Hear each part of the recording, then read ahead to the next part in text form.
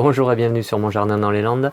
Alors aujourd'hui je vais vous montrer comment faire des boutures de sauge, comment bouturer toutes les sauges, que ce soit la sauge officinale ou les sauges vivaces comme notamment la sauge ananas, mais aussi cette petite sauge là décorative et qui fleurit, les sauges à fleurs. Voilà. Et voilà ensuite le résultat du bouturage, hein. Ça c'est une bouture que j'avais faite il y a maintenant 2 mois je crois, qui est en pot depuis, et puis voilà, ça c'était la base de la bouture, voilà.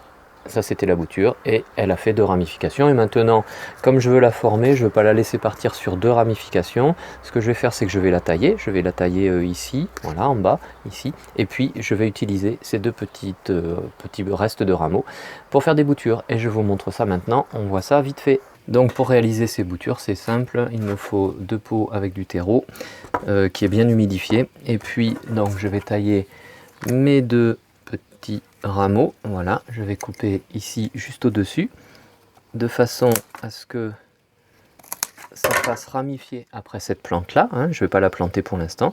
Le fait d'avoir taillé va faire démarrer ici, voilà, donc mon pied mère je le laisse de côté, et puis mes rameaux boutures ici, je vais tailler les boutures.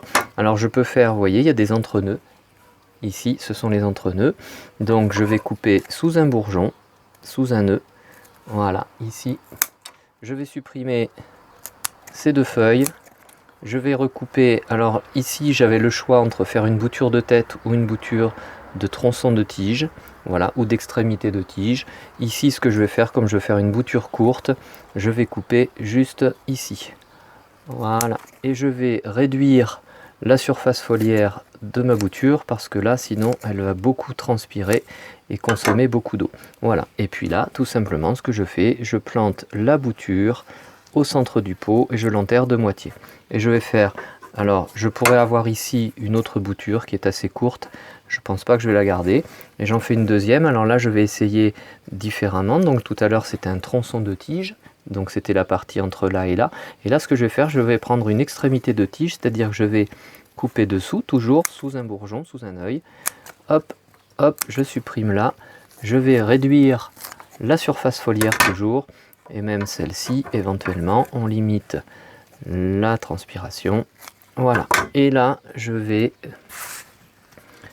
plante aussi la bouture et je l'enfonce de moitié dans le terreau. Alors ici je vais faire un petit trou avant parce que si la bouture est tendre, elle risque de s'abîmer, voilà. Et là j'enfonce, de moitié, voilà, et je tasse au pied. Le terreau est bien humide de façon à donner une bonne humidité à la bouture. Et puis pour finir, j'arrose un peu pour humidifier tout ça. Bien, le terreau est positionné, le terreau bien autour de la bouture. Et puis pour finir, je mets sous cloche en condition saturée en humidité, qu'on appelle à l'étouffer.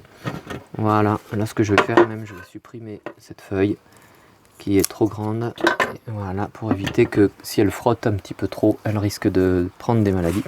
Et puis surtout, là ce que je vais faire, parce que nous sommes quand même en plein mois de juillet, il fait très chaud, tout ça je vais le mettre à l'ombre au maximum. Il ne faut pas que ça voie trop le soleil parce que sinon ça va trop chauffer, trop sécher et ça ne réussira pas.